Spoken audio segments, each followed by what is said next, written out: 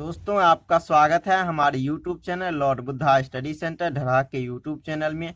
आज मैं सुरेंद्र कुमार आपके लिए विद्यासागर अंकगणित से अध्याय 18 का आयतन और पृष्ठ क्षेत्रफल वॉल्यूम एंड सरफेस एरिया का चौथा क्लास लेके आया हूँ। तो फर्स्ट जो क्लास दिया था दोस्तों वो इंट्रोडक्शन क्लास था। उसमें मैं 25 क्वेश्चन का PDF दे दिया हूँ। सबसे पहले उसको आप डाउनलोड करके बनाइएगा, क्योंकि उसमें आपको बहुत सारे प्रश्न सीखने वाले मिल सकते हैं। तो इससे पिछले वीडियो में आपको मैं 10 नंबर प्रश्न तक अपडेट दिया था और इस वीडियो में उससे आगे का प्रश्न देखेंगे। चलिए दोस्तों, अब आते हैं प्रश्न की ओर। और एक चीज बताओ दोस्तों, इस बुक के बारे में किसी तरह की कोई जानकारी लेनी हो तो आप कमेंट में कमेंट कीजिए, मैं कमेंट का जवाब आपको जरूर देने का प्रयास करूंगा। चलिए दोस्तों, अब आते हैं प्रश्न की ओर। तो दोस्तों, इस वीडियो में 11 नंबर प्रश्न से आगे की ओर चलेंगे। मैं बता दूं दोस्तों, आप इंट्रोडक्शन क्लास बिल्कुल नहीं देखना भूलेंगे। यदि नहीं देखेंगे तो आपको कुछ कन्फ्यूजन रह जाएंगे। इसीलिए मैं कहूँगा आपका इंट्रोडक्शन क्लास जो है फर्स्ट नंबर क्लास, उसको देखना बिल्कुल नहीं भूलेंगे। चलिए दोस्तों, अब आते हैं 11 नंबर प्रश्न की ओर। चलिए देखते हैं प्रश्न आपका क्या कहता है 11 नंबर।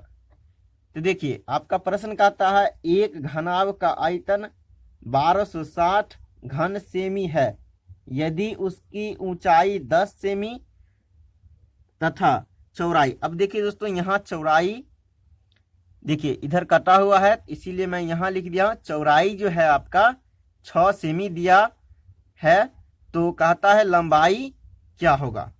अब दोस्तों, मैं बताया हूं घनाभ का आयतन। चलिए पहले घनाभ का फिगर बना लेते हैं। एक बार फिगर बना लीजिए।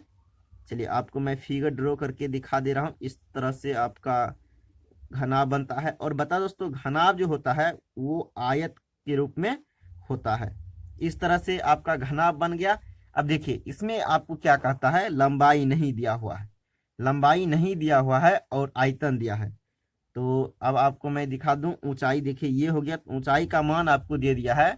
ऊंचाई का मान कितना दिया है दोस्तों, तो देख लीजिए, ऊंचाई का मान दे दिया आपको 10 cm। और देखिए चौड़ाई जो है बी, वो भी आपको दे दिया है 6 cm दे दिया। और दोस्तों मैं बता दूं आयतन का मान आपको दिया हुआ है। चलिए, घनाभ का आयतन के लिए फॉर्मूला होता है, मैं बता चुका हूं।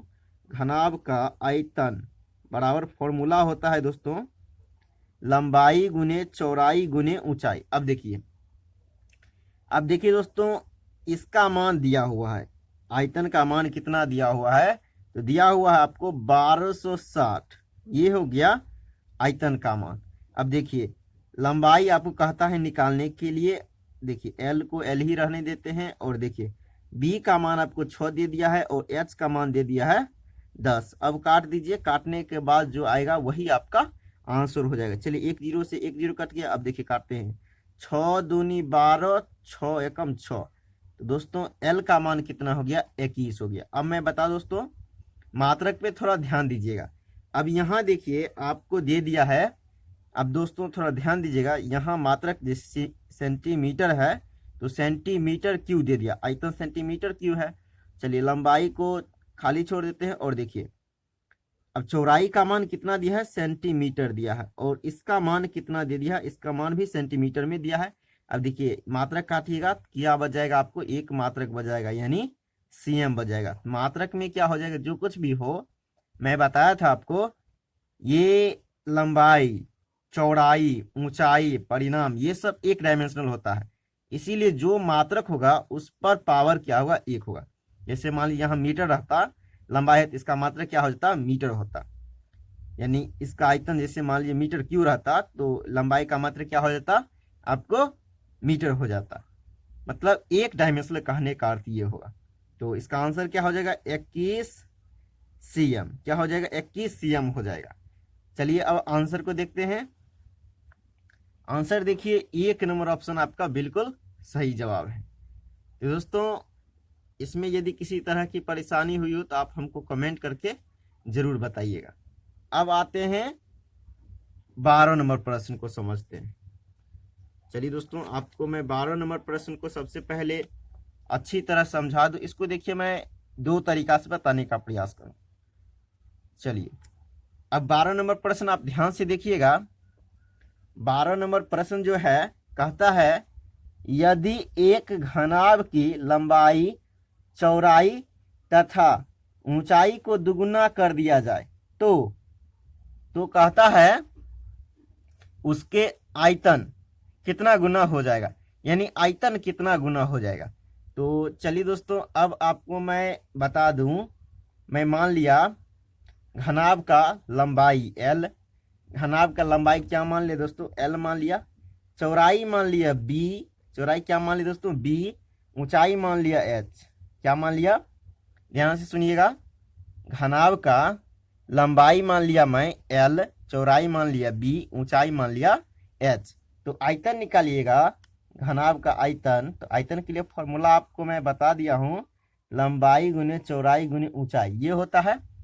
अब देखिए आप आगे आपका प्रश्न जो कहता है, प्रश्न कहता है ये दोस्तों कि थोड़ा ध्यान से देखिएगा। प्रश्न आपका कहता है यदि घनाभ की लंबाई, क्या कहता है, घनाभ की लंबाई, चौड़ाई, ऊंचाई को क्या कर दिया, दुगुना कर दिया। पहले है आपका L, अब दुगुना कीजिएगा तो कितना हो जाएगा, नया L यानी 2L। अब चौड़ाई को भी कहता है दुगुना करने के लिए 2B हो जाएगा। और ऊंचाई को भी क्या कहता है, दुगुना करने के लिए, ऊंचाई को भी दुगुना करने के लिए कहेगा, क्या हो जाएगा, 2H हो जाएगा। अब देखिए इसका आयतन निकालिएगा। तो देखिए आयतन निकालिएगा इसका भी। तो अब देखिए आयतन निकालिएगा तो लंबाई अब ये हो गया, चौड़ाई ये हो गया, ऊंचाई ये हो गया। आयतन निकालिएगा तो लिखिएगा 2L गुने 2B गुने 2H। अब देखिए गुना कीजिएगा तो 2 दूनी 4 दूनी 8, 8LBH क्या हो जाएगा, नया जो आयतन होगा 8LBH होगा। अब कहता है इसका कितना गुना हुआ। तो देखिए दोस्तों ये है आपको 1LBH, लेकिन ये क्या हो गया 8LBH, कितना गुना हो गया, इसका कितना गुना, 8 गुना हो गया। पहले आपको कितना था, एक। देखिए पहले जब आपका लंबाई, चौड़ाई, ऊंचाई था, भुजा की लंबाई, तो आयतन क्या हो गया LBH, यानी 1LBH। लेकिन अब देखिए जब क्या प्रश्न में कहा कि लंबाई को दुगुना कर दीजिए, चौड़ाई को दुगुना, ऊंचाई को दुगुना कर दीजिए, तो नया आपका आयतन क्या हो गया 8LBH। कितना गुना हो गया, इसका 8 गुना हो गया। इसका कितना गुना हो गया, 8 गुना हो गया। अब चलिए मैं एक अलग से आपको अलग से मान के समझा रहा हूं। इसका देखिए आंसर 2 नंबर वैसे हो जाएगा। चलिए अब दोस्तों मैं कुछ मान लेता हूं भुजा। तो लंबाई को क्या करता हूं, मान लेता हूं आपको मैं 10। अब चौड़ाई को मान लेते हैं दोस्तों 5, चौड़ाई को क्या मान लेते हैं 5, ऊंचाई को मान लेते हैं 2। यानी मैं क्या किया दोस्तों, घनाभ का लंबाई मान लिया 10, चौड़ाई मान लिया 5 और ऊंचाई मान लिया 2। इससे आयतन निकलेगा LB हो गया, H हो गया। अब देखिए आयतन निकालेगा तो LBH हुआ। क्या हुआ, LBH। L का मान हो गया 10, B का मान हो गया आपको 5 और H का मान हो गया 2। गुना कीजिएगा तो कितना हो जाएगा, 5 दूनी 10, यानी ये क्या हो जाएगा, ये हो जाएगा आपको 100। ये कितना हो गया 100। अब देखिए आपका प्रश्न में जो कहता है सभी को क्या कर दीजिए दुगुना। लंबाई पहले है आपका 10, दुगुना कीजिएगा हो गया 20। अब देखिए चौड़ाई कितना है 5, इसको दुगुना कीजिएगा 5 दूनी 10। अब देखिए ये कितना है आपको 2, इसको भी दुगुना कीजिएगा तो कितना हो जाएगा। अब देखिए दोस्तों ये हो जाएगा 4। सभी को क्या कहा प्रश्न में, दुगुना करने के लिए। अब नया भुजा कितना हो गया 20, 10, 4। अब सबको क्या कीजिएगा, इसका भी आयतन निकालिएगा। चलिए 20 गुने 10 गुने 4, इसको गुना कीजिएगा 4 दूनी 8, कितना हो गया 800। अब देखिए दोस्तों पहले है आपको 100। अब नया जो आपने भुजा को बढ़ाया, दोगुना किया, तो आयतन कितना आ गया, यानी 800 आ गया। पहले था 100, अब हो गया 800, कितना गुना हो गया, 8 गुना हो गया।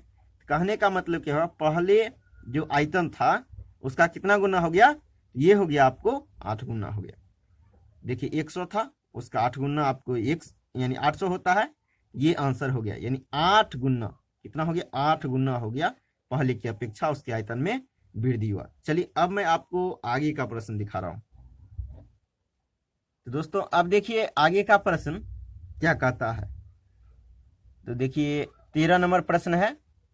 चलिए इसको ध्यान से समझिएगा।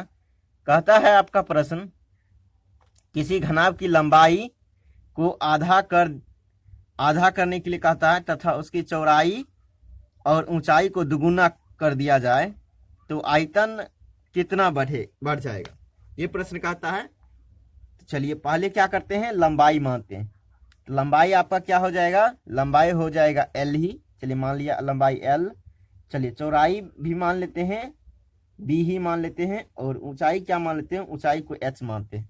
अब इसका आयतन निकालिएगा, घनाभ का आयतन, लंबाई गुने चौड़ाई गुने ऊंचाई, एल गुने बी गुने एच, क्या हो जाएगा, एल गुने बी गुने एच। अब देखिए प्रश्न के अनुसार क्या कहता है, कहता है आपका प्रश्न के अनुसार कहता है लंबाई को आधा कर दिया जाए। आपने लंबाई कितना माना है, एल, उसको आधा कीजिएगा तो एल बटा 2 हो जाएगा। अब देखिए चौड़ाई को क्या कहता है, चौड़ाई को दुगुना कर देने के लिए, आपका चौड़ाई कितना है, बी, उसको दुगुना कीजिएगा तो हो जाएगा 2b। अब देखिए आगे क्या कहता है, ऊंचाई को भी दुगुना करने के लिए, पहले आपका ऊंचाई है h, उसके बाद दुगुना कीजिए, कितना हो जाएगा, 2h हो जाएगा। अब देखिए इससे भी आयतन निकालिएगा, क्या निकालिएगा, आयतन निकालिएगा, थोड़ा ध्यान दीजिएगा। आयतन निकालिएगा क्या लिखिएगा, l बट्टा 2, और इसको लिखिएगा 2b गुने 2h लिखिएगा। अब देखिए ये कट गया। अब देखिए इसको गुना कीजिएगा क्या हो जाएगा, 2lbh।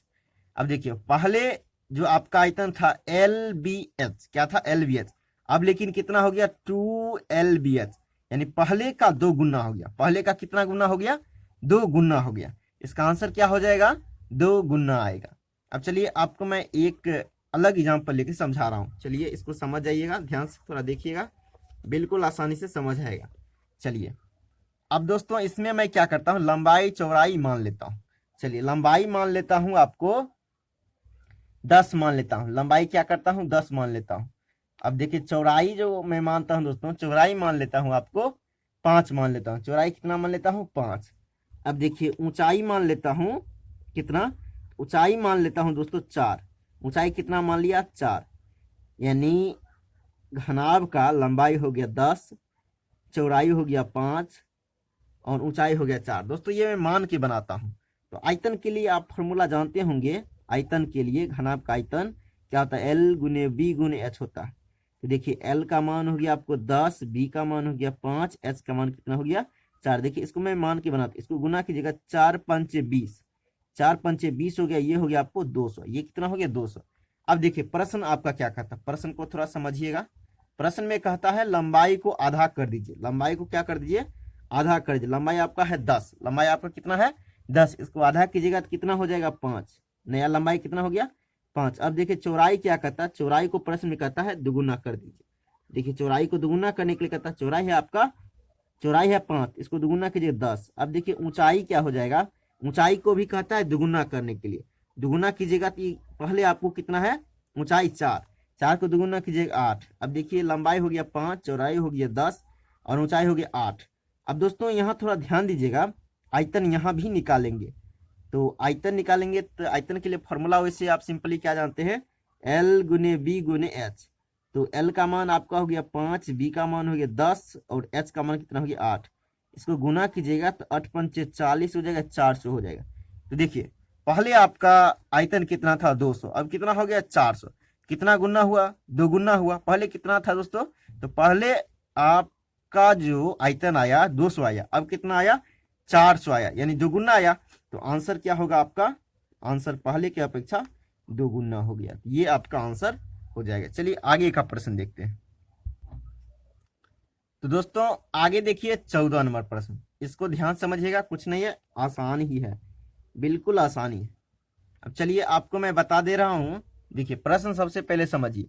प्रश्न आपका कहता है एक घनाभ के आधार का क्षेत्रफल 320 वर्ग मीटर है।